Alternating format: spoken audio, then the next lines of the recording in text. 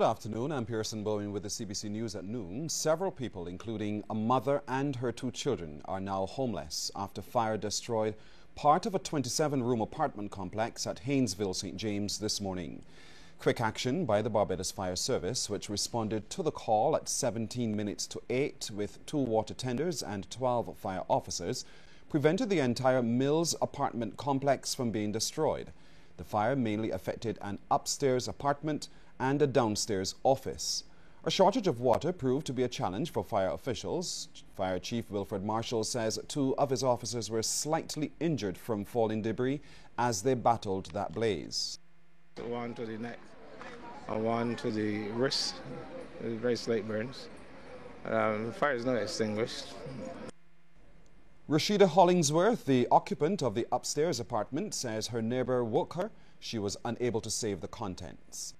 By the time I get to the noise, I smell smoke, so I come out the bedroom to see what part the smoke was coming from. It was coming from the first bedroom in the apartment. So by the time I went to the bedroom door to open the door to see what was going on inside there, by the time I opened the bedroom door, the fire had already spread in the whole entire front bedroom. So I then ran back and get out the kids and try to escape as well. Minister of Industry and Member of Parliament for St. James South, Donville Innes, who was on the scene, described the situation as unfortunate.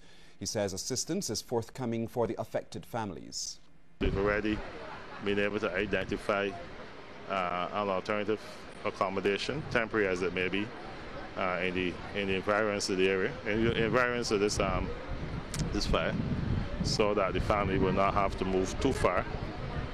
Of course, we will provide the usual assistance with food items and clothing and things that you need physically to make yourself comfortable. Of course, there's the emotional side of it, which often people don't see. A tire on an Air Canada aircraft burst as it was departing Barbados yesterday, causing the runway at the Grantley Adams International Airport to be closed for more than 2 hours.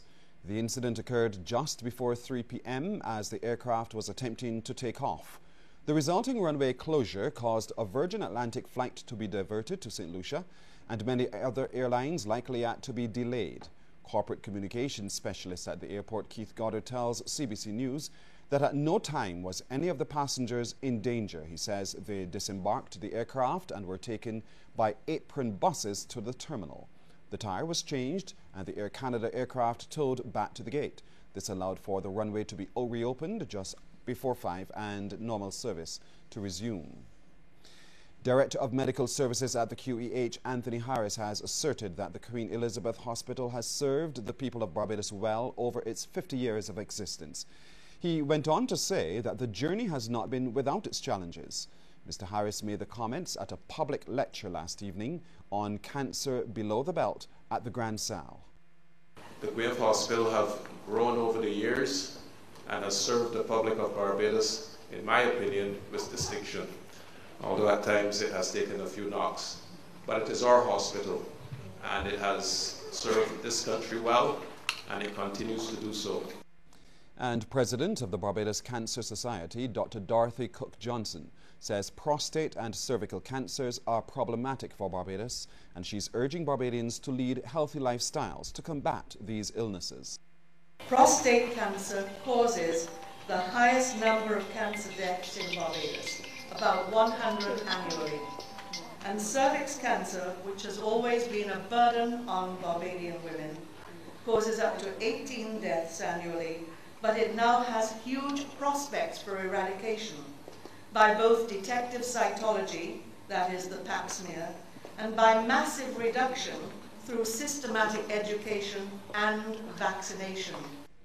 Customer service in the tourism sector and accessible tourism will be the topics for this year's annual speech competition. In fact, this year there has been an increase in the number of schools participating, and the Tourism Development Officer at the Ministry of Tourism, Marsha Armstrong, says customer service is a current issue. Topics are usually chosen given the issues that may occur over the past year.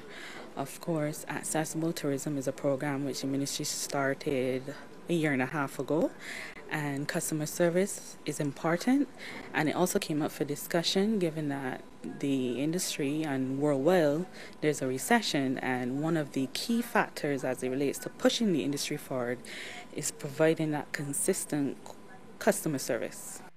Training consultant Tony Alton says participants must be mindful that communication is key for the island's representative. Outgoing Junior Minister of Tourism Kezia Ford says customer service starts at the airport.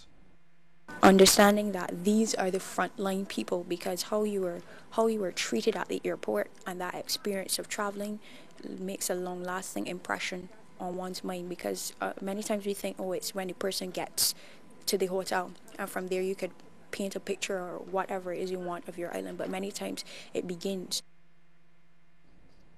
Well, given the current number of lionfish off the island's shores, a local marine biologist is warning Barbados that its beaches could be invaded by the venomous fish within a few years.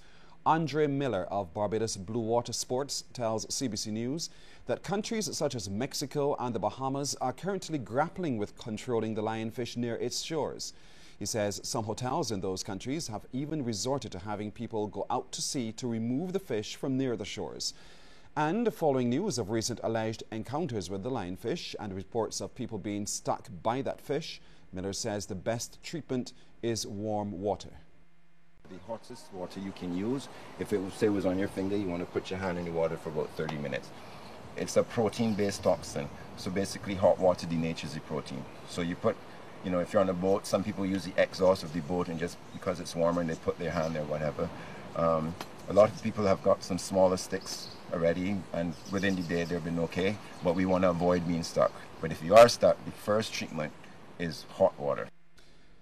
A Jamaican man held at the Grantley Adams International Airport with drugs was fined $30,000 forthwith on 2 charges after appearing in court yesterday. 41-year-old Alburn Augustus Cato, who was facing 4 charges, was fined $15,000 forthwith each for the charges of trafficking and possession with intent to supply. The fine, however, was not paid and he faces a 2-year prison term. Cato, however, was convicted, reprimanded and discharged on the count of possession and reprimanded and discharged on the charge of importation. Cato arrived in Barbados on Wednesday and was interviewed by the police after drugs were discovered concealed in his luggage. We'll have regional and international news after this break.